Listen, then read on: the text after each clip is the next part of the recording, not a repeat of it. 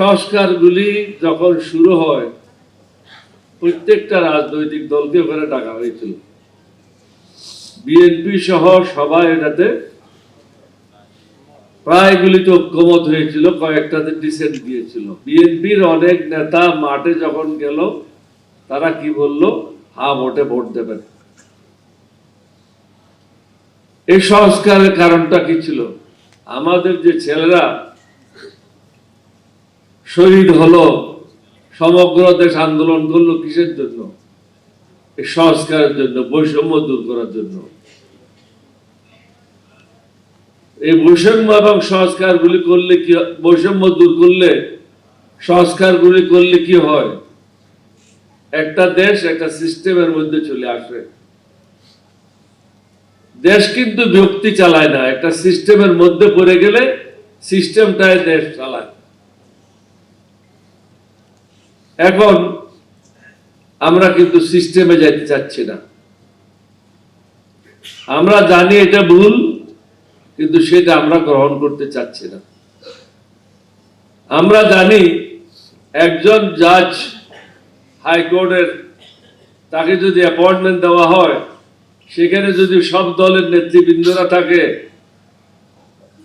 প্রশ্ন জিজ্ঞাসা করে, তিনি যদি দলীয় লোক না হয়, তার বিরুদ্ধে যদি কোনো অভিযোগ না থাকে, নিশ্চয়ই তিনি জনগণের জন্য কাজ করবেন।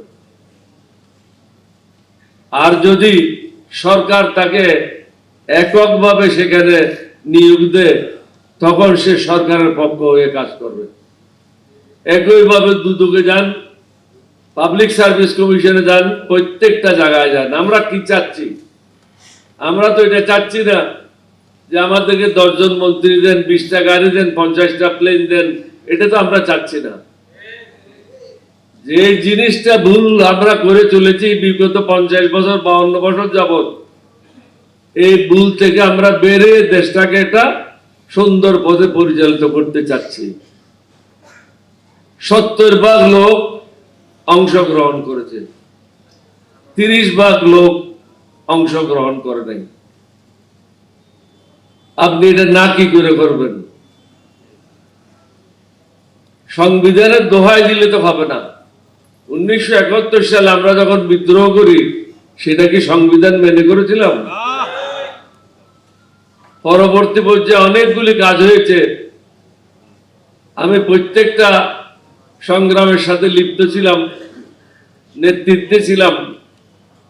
এরশাদের পতন যেদিন হলো, সর্বশেষ মিছিলটা আমিই করেছিলাম, 144 ধারা ভঙ্গ করেছিলাম। এটা কি আইন মেনে করেছিলাম? সংবিধান মেনে করেছিলাম? সংবিধান কার জন্য?